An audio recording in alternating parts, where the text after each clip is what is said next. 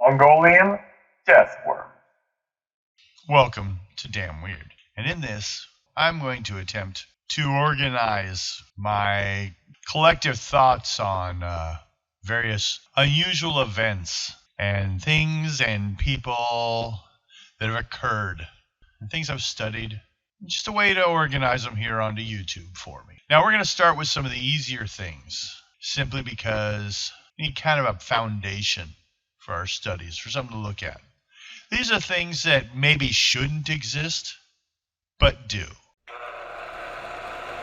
Mongolian death worm is a creature alleged to exist in the Gobi Desert. Described bright red worm, about a meter in length, it is generally considered a cryptid, an animal whose sightings and reports are disputed or unconfirmed. Various claims are made about the worm by the natives of Gobi.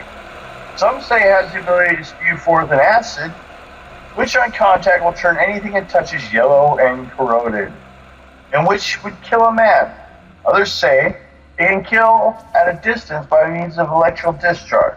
The creature first came to Western attention as a result of Roy Chapman Andrews' 1926 book On the Trail of Ancient Man. The American paleontologist was not convinced by the tales of the monster that he heard at a gathering of Mongolian officials. None of those present ever had seen the creature, but they all firmly believed in its existence and described it minutely. In On the Trail of Ancient Man, Andrew cites the Mongolian Prime Minister Gamdin Bazar, who in 1922 described the worm. It is shaped like a sausage, about 2 feet long, and has no head nor legs, and it is poisonous, that merely to touch it means instant death. It lives in the most desolate parts of the Gobi Desert. In 1932, Andrew published this information, again in the book, The New Conquest of Central Asia, adding it is reported to live in the most arid, sandy regions of the western Gobi. Andrew, however, did not believe in the creature's existence. In 1987, the book Ivan Mackerel described as a traveling underground, creating waves of sand on the surface, which allow it to be detected. Mongolians say it can kill at a distance either by spraying its venom by means or an electrical discharge. They say that the worm lives underground, hibernating most of the year except for June and July, when it becomes active. It is also reported that it most often comes to the surface when it rains and the ground is wet. Well, that would make sense. It's easy to get there then. You've seen worms normally. If sidewalk wet, they're all around. Why would it change? I wonder if they're photosensitive to the light, kind of like worms are. Put a flashlight on worms on a sidewalk, they'll dodge, although they can't actually see. In his 2001 book, Czech cryptozoologist Ivan Macri described the animal second-hand reports as sausage-like, half a meter, thick as a man's arm, resembling the intestine of cattle.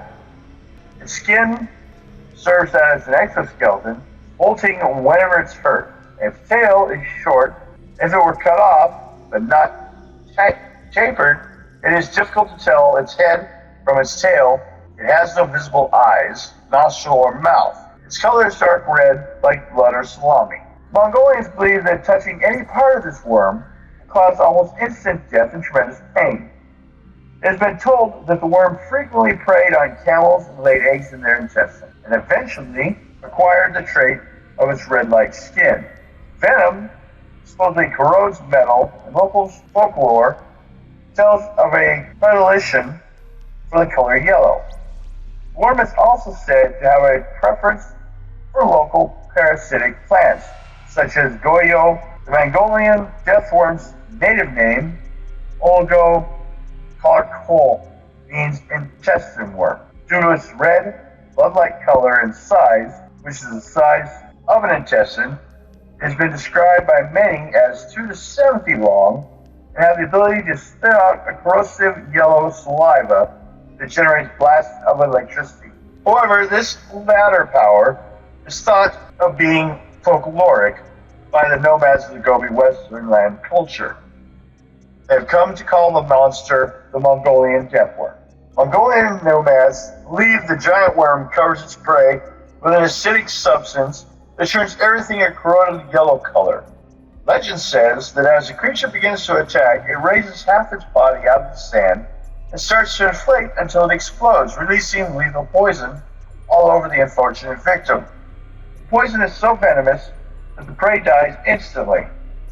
Livestock and humans are supposed to be its main prey because Mongolians has been under the Soviet control or until 1990. Very little was known about the death worm in the West. In recent years, investigations have been able to look for evidence of the creature's existence. Macri, one of the leading Loch Ness Monster detectives, studied the region, interviewed many Mongolian people about the worm. Due to the sheer volume of sightings and strange deaths, he's come to the conclusion that death worm was more than just a legend. Nobody's entirely sure what the worm actually is. Experts are certain it is not a real worm, because the Gobi Desert is too hot and arid for annelids. Some have suggested it might be a skink, but they have large little legs and scaly skin, whereas witnesses' accounts specify the worm is limbless and smooth body. The most probable explanation is that the death worm is a new species of Amphisbaenia, or worm lizard, a group of burrowing reptiles. Although the native Mongolian people are convinced of the death worm's nature, it will take more years of research to satisfy the rest of the world's scientific community. In 2005, an expedition from the Center for Fortean Zoology crossed 1,000 miles of the Gobi on the track of the death worm. It concluded it probably was a large unknown type of worm lizard, and that the powers attributed were apocryphal. The main antagonists in the film Tremors were based upon this cryptid. Creatures was also shown in Beast Hunter, Lost Tapes, and Freak Encounters. Although the name of the creature brings doubt of its existence right off the bat, but historically, it has a strong basis in the Mongolians as the Yetis have in the Himalayas. I also imagine it would be difficult to find a body of such a thing. If not for the first thing seeing it as food, there's the sand and the discovery of such creatures in the current age of DNA advances. This creature would have some difficult and definitely unique abilities. Unique enough to bring to question its existence. But the first platypus body brought to England was believed to be a fraud. So we can only hope. I might find it cool if we had death worms on this planet, but I would not ever go there to see them. Thank you.